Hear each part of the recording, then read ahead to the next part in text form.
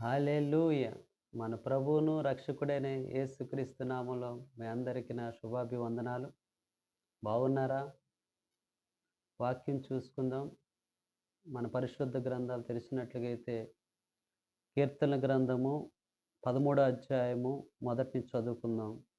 యెహోవా ఎన్నాళ్ళ వరకు నన్ను మరిచిపోదువు? నిత్యము మరిచెదవా? నాకెంతకాలం విముఖుడివై ఉందువు? చూడండి, ఇక్కడ దావీదు తను పలుకుతున్న మాట ఏంటంటే, ఎన్నాళ్ళ వరకు నన్ను మరిచిపోదువు? నిత్యము మరిచెదవా?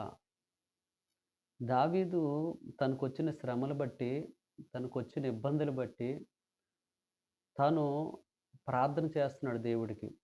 ఎందుకంటే తనకొచ్చిన ఇబ్బందులు ఎలాంటివంటే, తన మావైన సౌలు తను తరుముతున్నాడు. తను తరిమినప్పుడు తన గుహల్లో దాక్కొని ఎంతగానో తను దేవుడికి మొరపెట్టుకునే వ్యక్తిగా తన జీవితంలో ఉంటున్నాడు. ఎన్నాళ్ళ వరకు నీవు నన్ను మర్చెదవు అని దావీదు దేవుడిని అడిగే వ్యక్తిగా ఉన్నాడు. అలాంటి సమయంలో తను ఇంకా ఏమని పలుకుతున్నాడంటే, నాకెంతకాలం విముఖుడివై ఉందువు? ఎంతవరకు నా మనసులో నేను చింతపడుదును? ఎంతవరకు నా హృదయములో పగలంతయు దుఃఖాక్రాంతుడనై ఎంతవరకు నా శత్రువు నా మీద తన్ను హెచ్చించుకొనును? చూడండి, శత్రువు తను హెచ్చించుకొనును అని తన యొక్క బాధను వ్యక్తపరిచే వ్యక్తిగా ఉంటున్నాడు దేవుడి సన్నిధిలో. చూడండి, మనం కూడా దేవుడి సన్నిధిలో మనం కూడా ప్రార్థన చేస్తూ ఉంటాం కదా! ప్రభా, ఎన్నాళ్ళు నువ్వు మర్చిపోతావు? ఎన్నాళ్ళ వరకు మా జీవిత సమస్యలు తీర్చవా? అని మనం కూడా ఒక్కోసారి మనం ప్రశ్నించే వ్యక్తులుగా మానవిక జీవితంలో ఒక్కొక్కరు వారి జీవితాల్లో కనబడుతూ ఉంటారు. అయితే మన జీవితంలో ఇలాంటి ఒక ప్రార్థన చేయకూడదని కాదు గానీ, మన యొక్క ఇబ్బందులు, మన యొక్క సమస్యలు, మనకున్న వేదనలు అవన్నీ దేవుడి సన్నిధిలో కుమ్మరించుకోవచ్చు.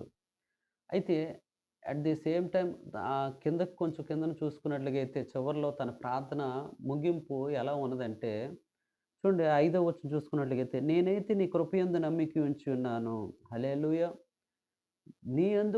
నీ కృపయందే నేను నమ్మిక ఉంచి ఉన్నాను అంటున్నాడు. స్టార్టింగ్‌లో తన యొక్క బాధను చెప్పుకున్నాడు. ఎన్నాళ్ళ వరకు నీవు నన్ను మరిచిపోదువు అనేసి తను చెప్తున్నాడు. చివర్లో తన మాట్లాడుతున్న మాట ఏంటంటే, నీ కృపయందే నేను నమ్మిక ఉంచి ఉన్నాను. నేనైతే నీ కృపయందే నమ్మిక ఉంచున్నాను. నీ రక్షణ విషయమై నా హృదయం హర్షించుచున్నది. హల్లెలూయా! రక్షణ విషయమే నా హృదయం హర్షించుచున్నది. మనకొచ్చే ఇబ్బందులు, మనకొచ్చే సమస్యలు, మనకొచ్చే వేదనలు బట్టి మన దేవుడి సన్నిధిలో మనం కుమ్మరించొచ్చు. అయితే మనము దేన్ని బట్టి సంతోషించాలి, హర్షించాలంటే, మనకు దేవుడు దయచేసిన రక్షణ బట్టి. ఇప్పుడు వచ్చిన ఇబ్బందులు బట్టి మనము దుఃఖించే పరిస్థితులు మనకి ఏర్పడొచ్చు. కానీ ఒకానొక సమయంలో దేవుడు మనకిచ్చిన రక్షణ బట్టి మనం సంతోషించే వ్యక్తులుగా ఉండాలి.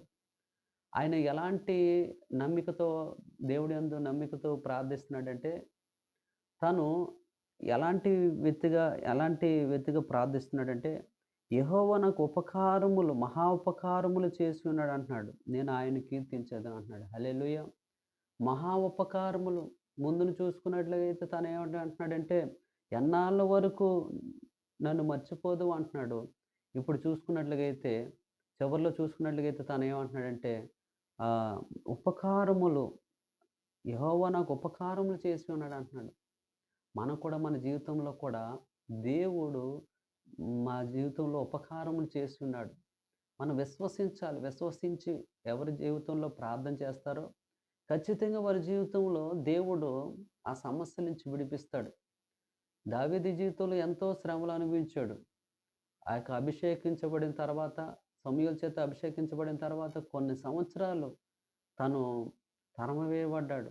ఆ యొక్క కిరీటం, ఆ యొక్క రాజస్థానం రావడానికి ఎన్నో సంవత్సరాలు, కొన్ని సంవత్సరాలు పడ్డాయి. కానీ కొన్ని సంవత్సరాలు పట్టినప్పటికి కానీ తాను తను ఒక రాజు స్థానం అనేది తనకు రావడం అనేది జరిగింది. మన జీవితంలో కూడా దేవుడు కూడా మన జీవితంలో కూడా ఒక ఉన్నతమైన స్థితిలో దేవుడు మనల్ని కూడా ఉంచుతాడు. అయితే మనం దేవుని యందు విశ్వసించి ప్రార్థించినట్లయితే దేవుడు మనకు కూడా తప్పకుండా సహాయం చేస్తాడు. ఈ కొద్ది మాటలు దేవుడు దీవించును గాక. ఆమేన్.